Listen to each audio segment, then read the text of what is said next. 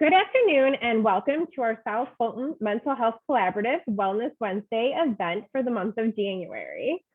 We're excited to bring to you today 3 of our Fulton County principals who are going to share the benefits and strategies relating to establishing, developing, and maintaining rituals and routines to support mental health. I first would like to start off by introducing our guest speakers for today. We have Dr. Otway, principal of College Park Elementary School in South Fulton. She is an experienced educational leader with a demonstrated history of working in the education management industry. She is also skilled in nonprofit organization with executive board member experience, turnaround leadership, coaching, early childhood education, educational consultant, and lesson planning.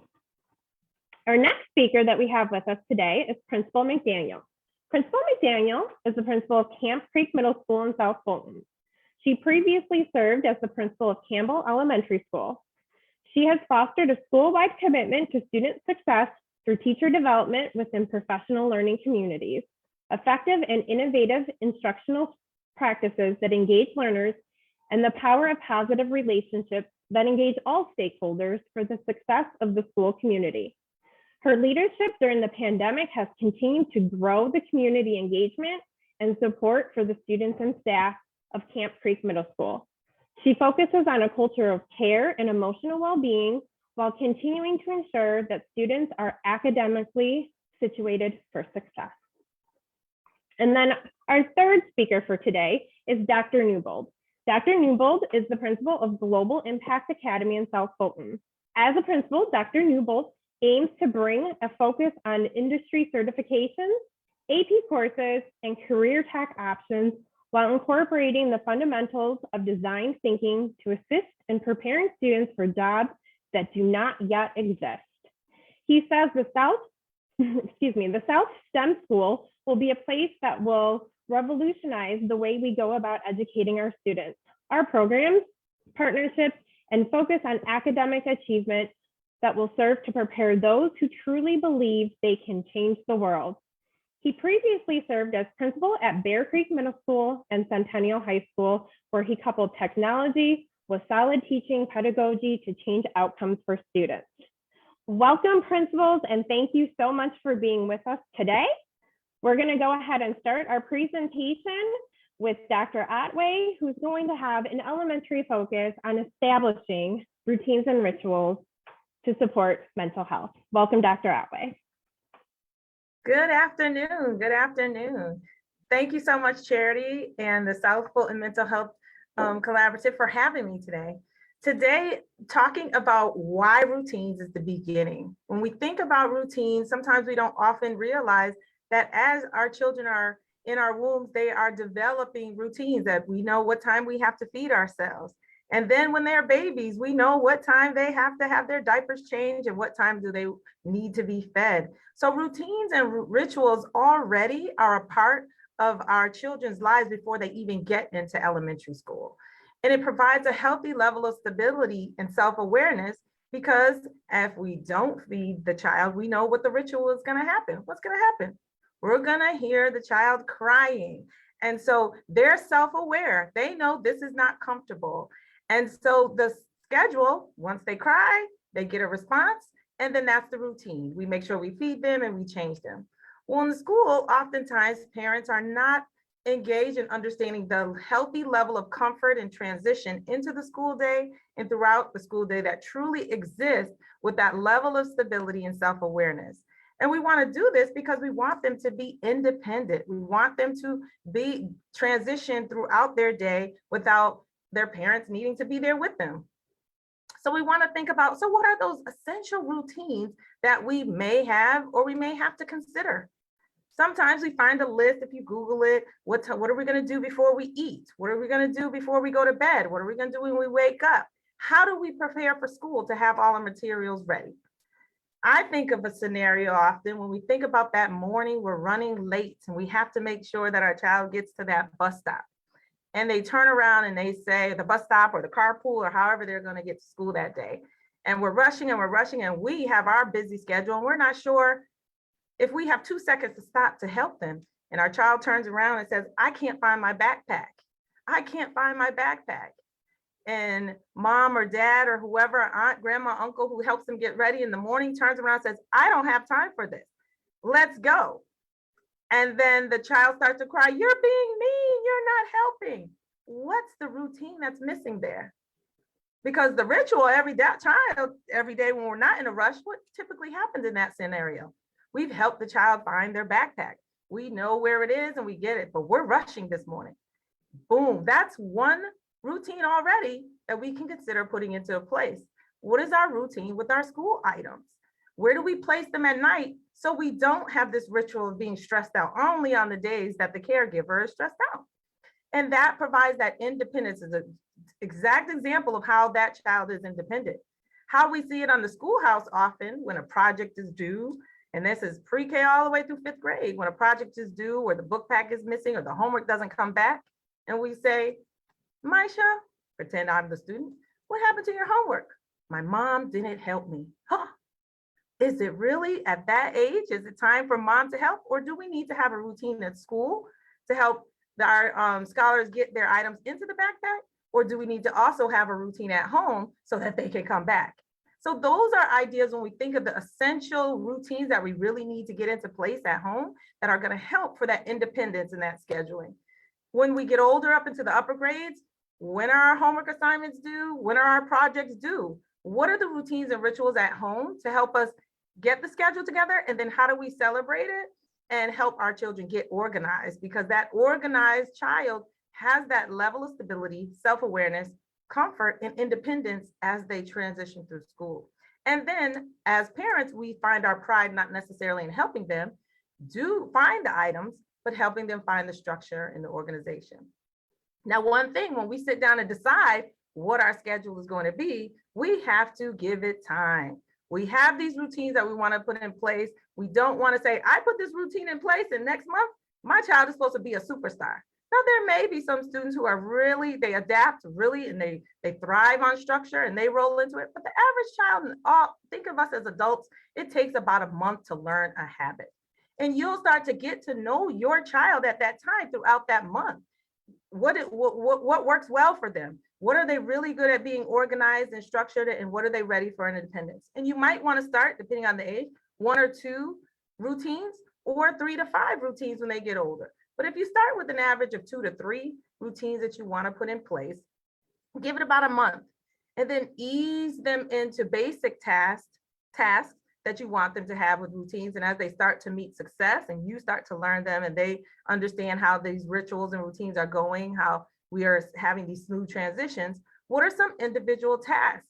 Think that they need to be responsible. Thinking for if they're really interested in, they want to have a dog. What are some routines or habits that needs to be in place in order to have a dog that you want to see? Something that's individualized, and you may have multiple children and they may have different talents that they have and they want to tap into, and you may be nurturing their talents in different routines and different schedules for them. So then you ease them into those new tasks that are more individualized and aren't necessarily from a list of systems that are going to get your day and their week flowing well with the school day. And then you start tapping into their talents. What routines can we do to get them really connected to their talents so that they can see those skills in school they're going to thrive in school, but then they also can connect to, once we get home from school, we have our routine all organized and in place. And now we can go to after school programs and we have time to, in our space in our day, to engage and maybe spending more time on our video games or spending more time reading stories or playing with our friends, because our schedule is together and it's organized for the caregivers as well as for the child. So that's kind of the lens of the connection that I have from elementary school. It really already started before they walked in the door, but how we can work together from home, having schedules and routines, as well as in the classroom and connecting with the teacher on some of the skills and routines to help that school schedule go better, really starts, and it doesn't stop at the end of elementary school. And my middle school representative from Campbell Middle School is going to jump in. Ms. Leah is going to jump in and take the next step.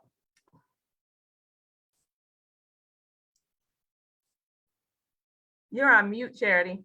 I'm so sorry. Thank you so much, Dr. Otway. We are going to pass it over to Principal McDaniel, who is going to take us to that next level of supporting rituals and routines for our kiddos as they get older.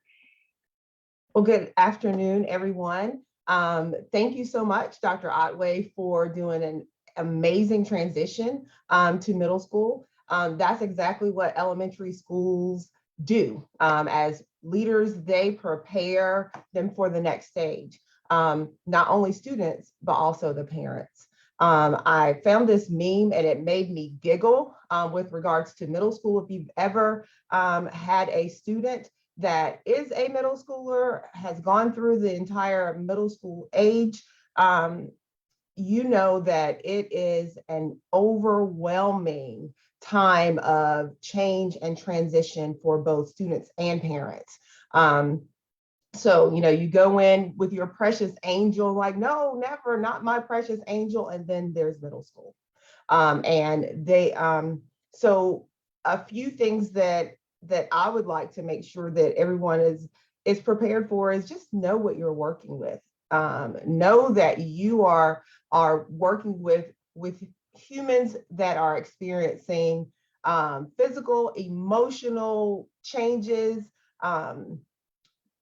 building changes, new people, new settings, new responsibilities, and changes with their self-image. I put on here, middle schoolers are, and then think about your middle schooler. One day they are amazing. The next day they are less than that. They are moody. They are wonderful. They're very capable, but they are also, everything is exaggerated from how they are feeling about leaving everything they've known from kindergarten, sometimes pre-K through 5th grade, and now coming into a new setting with sometimes merging 2, 3 other elementary schools and beyond. So know that you're working with individuals that are being put in situations and they're dealing with their own internal feelings. Also, it's a change in academic rigor and expectation, all encompassed in new freedoms, where they have a responsibility with lockers and walking to class in groups and not sitting with their teacher at lunch, or just a myriad of different freedoms that come along with middle school. So as a parent, you're going to come up against, oh, I'm good. I've got this, mom. I've got this, dad. All of a sudden, you're not walking your child to class or even down the sidewalk to the school. Remain engaged, even whenever they push back. That is the biggest piece of advice. It's real easy once they get their footing and begin to traverse the middle school landscape, and they're very independent, to disconnect and just kind of go off of, they have this. Well, it is imperative that parents continue to monitor their academics, their social emotional well-being. Make time to check in with your child daily through conversations, through questions, even whenever they're not going to say much. But asking those great open-ended questions. What do you like about your science class? Who are some of your favorite friends? Who are some of the friends that you have were really close to, but now you're finding new friends? That's really important, because those daily conversations, just sitting and listening, you'll pick up on all the feelings that they are going through, some of the fears and even conflict, and them learning, guiding them in how to resolve conflict in a positive manner. Socially, we know that it's all about for many students, it's all about what others think. So parenting and remaining engaged, monitoring knowing who they are with, who their friend group consists of, and what they are seeing on social media. We know that social media impacts not just, their friend groups, but their self-esteem. It feeds a lot of information. And so remaining engaged and being able to put some guardrails on that, establishing and maintaining those same routines and those same rituals with regards to expectations of how we go about things, and guardrails for your child is super important. In addition to asking for help, none of us know, there's no manual that comes with parenting a child, and every child is different, and how they navigate the world is different. So know that there are a myriad of resources, just like this platform, where you can get help, ask questions. Is this normal? How do I manage this? Tap into the parent liaison, the counselor, the school social worker, psychologist, different counseling agencies, and just attend those meetings, ask questions of your child's teacher, establish and maintain those relationships. Know that you're going to have to adapt. That 7 o'clock, I remember as a child, my mom had a very strict 7 p.m. bedtime. Well, as a 6th grader, everybody's talking about whatever was on TV, and I missed it because I had to be in bed. And so as your child grows, know that some of those rituals and routines and responsibilities need to grow and evolve with them. So there will be some adaptations that as a family, you'll need to make sure that you recognize and shift those things, be flexible to meet the needs of your student. Dr. Otway talked about organization and structure. That is the biggest gift you can give to your child and coming into middle school. Them losing things, they may have spent all this time on homework and then they can't find it. So being able to be organized, know what's due, when it's due, having a proper study routine. Those are super important because they have between 4 and 8 classes. It depends on how your child's master schedule is, or what type of schedule your school has. So having all of those classes and moving from class to class, being able to keep track of what is due, when, what tests are coming up, that organization is imperative. So providing some structure at home through those monitoring, making time, checking in, will go a long way. Those goals and expectations for work ethic, character, and problem solving are super important. This is a time when students are so unsure of themselves. They're judging themselves based off of whatever is going on around them. And so making sure that you're feeding that, setting the expectations, having some discipline, and fostering that independence with support and some boundaries. Resilience, students need to know that they're going to mess up and it's okay. You can do this, power through, and we're going to do this together. By making these healthy choices, making sure that they're not up all night on Fortnite and whatever the next big thing is on social media, getting proper sleep. Middle schoolers need a lot of sleep. They need proper nutrition, good diet, exercise, and outlet, extracurricular activities, and tapping into those talents that Dr. Otway spoke of. And above all, just loving on your student, knowing that they will always have your support and guidance. And this is middle school. It's the middle for a reason, equipping you for the next big thing, which is high school. Thank you, Principal McDaniel. Next, we are going to move on with Dr. Newbold, who's going to talk to us about maintaining and helping your high school, your older students, maintain those rituals and routines. All right. Well, thank you all for having me. Anthony Newbold, Principal, Global Impact Academy. Glad to be here with you today. One of the things that and they mentioned it when they talked about my bio, and this is something that has really changed even my everyday life and how I go about things. One of the things that we really hang our hats on here at my school is this idea of design thinking. And this is a 5-step process that if we do it right, it can really change the way that we handle our interaction with our students, and kind of when we talk about these rituals and routines and how we maintain these things. So it's a 5-step process.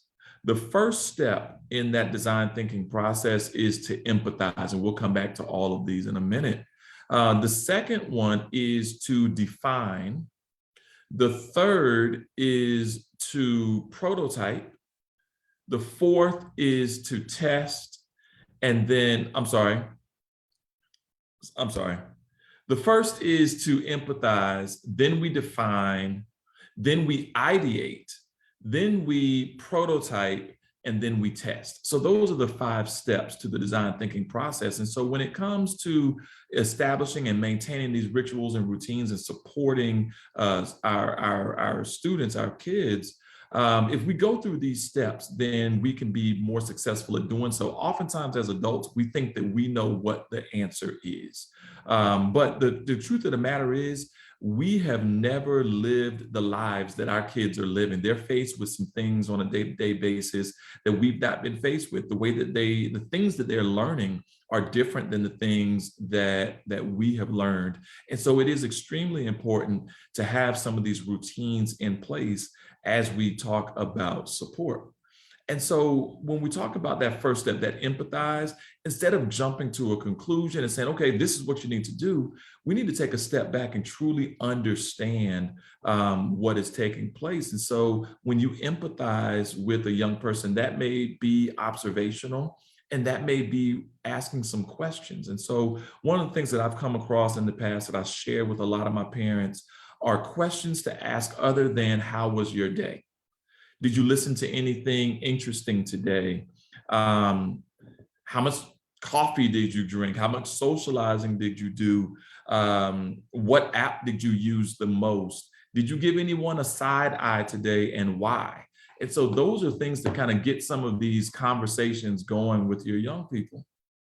But after we kind of understand through that empathizing piece what their needs are and what they're going through, now it's time for us to define that thing. And we put a definition on it. Okay, so what I'm hearing you say is, this is the support that you need. These are the resources that you need.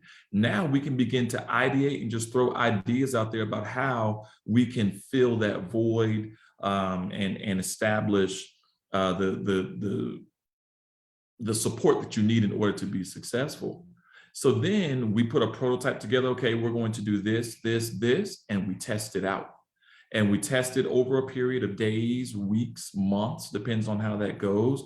And that will determine whether or not this thing works. And if it doesn't, we can go back to ideate and pull some more ideas to try to support the students in maintaining these rituals, routines, and things that will assist them in being successful. The reason that we need these, of course, is to, as Dr. Otway said, we have to have some stability. And so once we prototype it and we test it and we see whether or not it works, now we have those routines, we have those things that will assist students in being successful.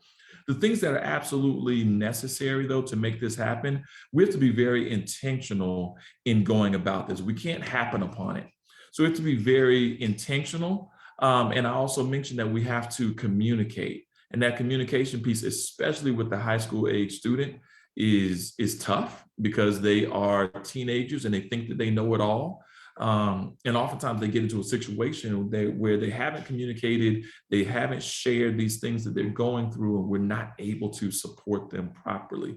But it needs to be embedded in your everyday routine as a parent. Going in and talking with your students. Don't let a day go by where you're not inquiring about their day or their struggles and things along those lines. And it needs to be consistent. But it also needs to be tailor-made. What worked for child A is not necessarily going to work for child B. If you have multiple children, you know that these kids are different. They can grow up in the same household, they can do the same things, but when it comes to schoolwork or when it comes to emotional stability, they are very different. And so the routines that worked for my sister may not be the routines that work for me. And so going back to that piece about empathizing and truly understanding what they need, that will assist you in tailor making these routines, these rituals that will work for your individual learner.